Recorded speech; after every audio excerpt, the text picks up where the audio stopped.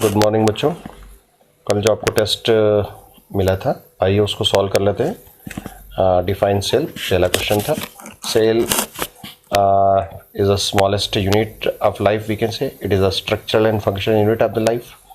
Okay, cell को और भी आगे हम डिस्कस करें तो सेल एक ग्रीक वर्ड है, उसका मीनिंग होता है a chamber, a honeycomb like structure.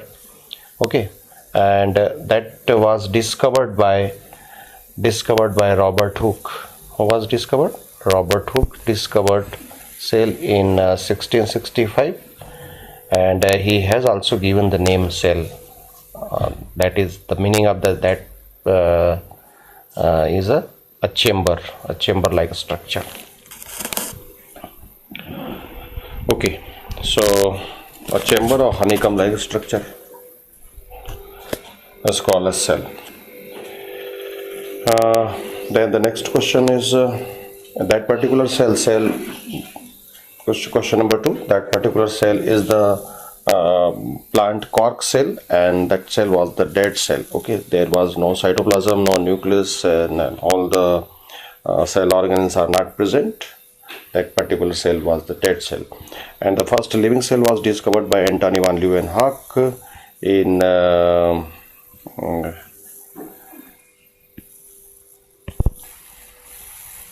in 1675. And next question is who was proposed cell theory. So cell theory was proposed by Schweden and Schwann in 1838 to 39.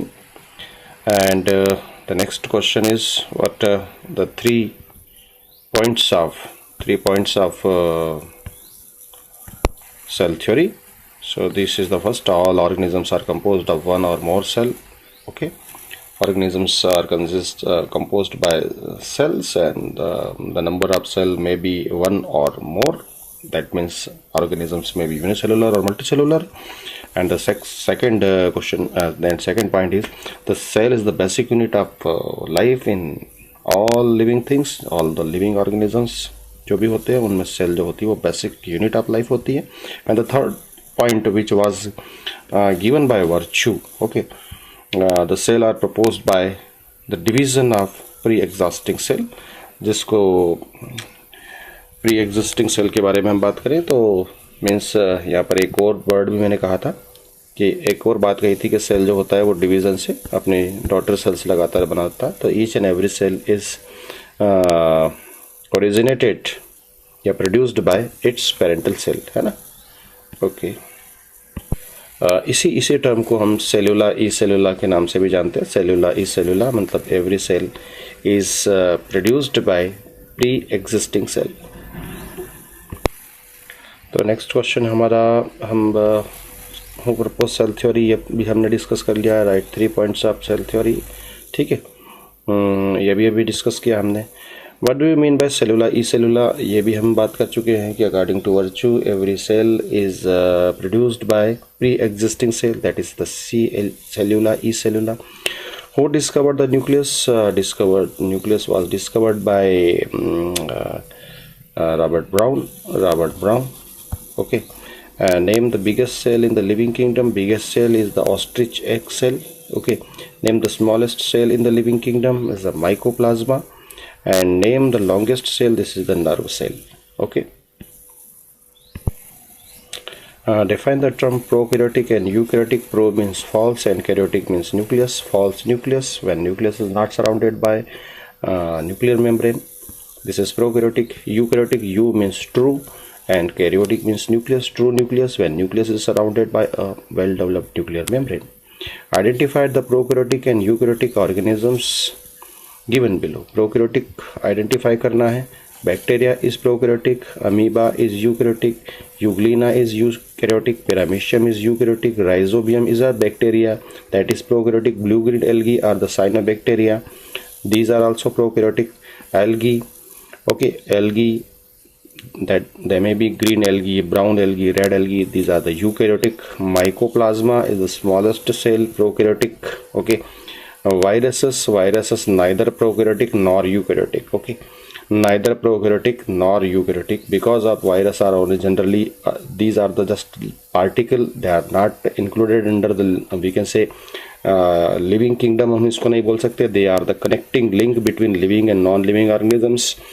when they जब ये अपने host cell के बाहर होते हैं, जैसे अभी corona virus के बारे में हम बात कर लें, तो वो जब तक हमारी सेल के बाहर रहेगा, ठीक है, तब तक वो नॉन लिविंग रहेगा. लेकिन जैसे ही वो हमारे सेल के अंदर एंटर कर जाता है, हमारे रेस्पिरेटरी सिस्टम के थ्रू या हमारे आइज़ के थ्रू या जो भी इन दोनों जगह से, जनरली माउथ में भी अगर हम कोई हाथ हम इन्फेक्टेड मतलब अगर हमारा हाथ कंटामिनेटेड जगह पर लग जाता है और वो हम हमारे नोज को टच करते हैं या माउथ को टच करते हैं या आइज़ को टच करते हैं, तो at that time this virus will be enter in our host cell and it becomes alive, वो लिविंग फॉर्म में आ जाता है. तो वायरसेस जो है, viruses are considered as the connecting link between living and non living organisms. So they are neither considered as prokaryotic और eukaryotic. Even इनको हम ऑर्गेनिज्म ही नहीं मानते, these are just particles. Okay. Bacteriophage जब भी नाम सुनते हैं तो हमें लगता है कि ये बैक्टीरिया है, लेकिन बैक्टीरियोफेज एक वायरस है. एक क्या है? A virus, bacteria killer. Bacteria killer, this is the virus which generally responsible for breaking, we can say इसका जो होस्ट है, इस बैक्टीरियोफेज वायरस का होस्ट जो है वो बैक्टीरिया है. और ये जो भी वायरस, जैसे कि कोरोना वायरस का होस्ट अभी फ़िलहाल हम जो भी समझ पाए हैं कि ह्यूमन बींग उसका होस्ट है, तो वो ह्यूमन बींग को किल करने का काम करता है. इसी तरीके से जो बैक्टीरियोफेज वायरस है उसका होस्ट कौन है? बैक्टीरिया है, तो वो बैक्टीरिया को किल करने का काम करता है. ठीक है, तो that's why this name is given bacteriophage. Okay. और भी इसके बारे में काफ़ी अच्छी बातें हम पढ़ेंगे बाद में. Plasmodium. Plasmodium is the malaria parasite. This is protozoan protist. तो सीधी सी बात है कि प्रोटोजोआ जितने भी होते हैं वो यूकैरियोटिक होते हैं.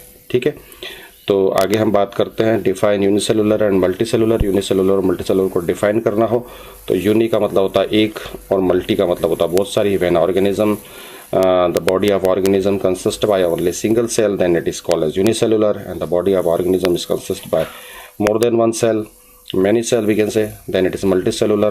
जितने भी हम यहाँ पर बात कर रहे हैं, bacteria, amoeba, Euglena, paramecium, either prokaryotic eukaryotic, उससे कोई मतलब नहीं है.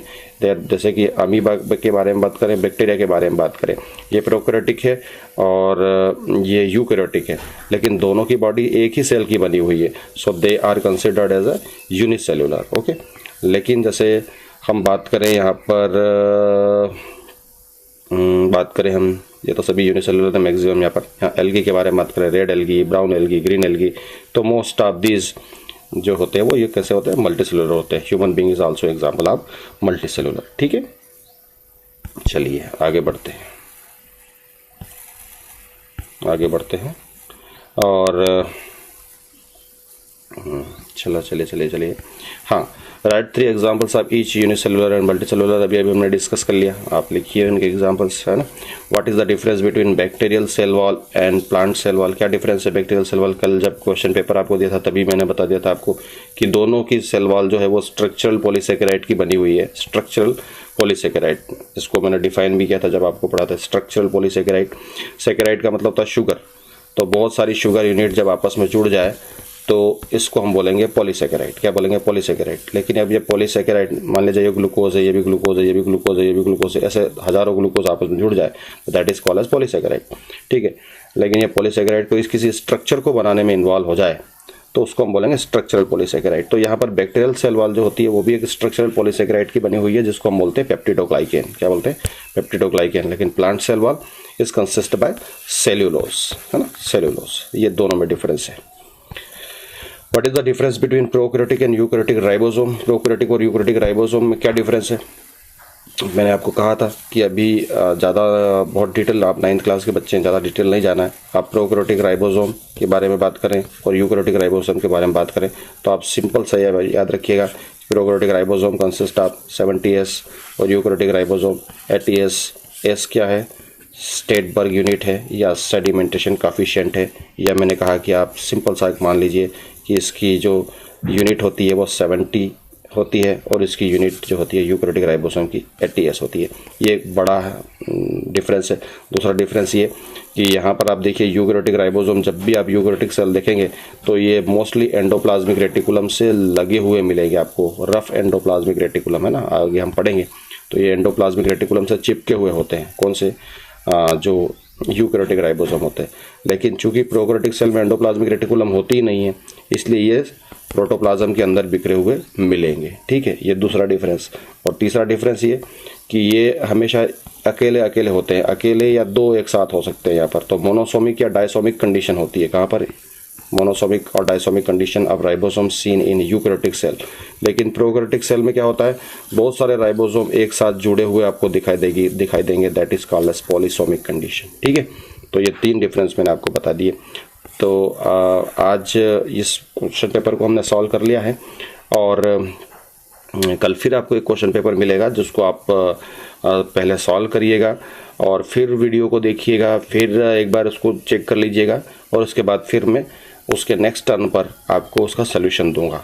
सो तब तक अपने घर में रहिए, सुरक्षित रहिए। गवर्नमेंट प्रशासन जो भी आपको हमें जो भी एडवाइजरी जारी कर रहा है उन दिशा निर्देशों को अच्छे से हम पालन करें, लॉकडाउन का पालन करें, क्योंकि कोरोना से जीतने का सिर्फ एकमात्र यही उपाय है हमारे पास कि हम सोशल डिस्टेंसिंग को मेंटेन करें, गैदरिंग को कम करें और इसी तरीके से हम बहुत जल्दी इस जंग में जीत जाएंगे। तो बहुत बहुत धन्यवाद। कल फिर मिलेंगे।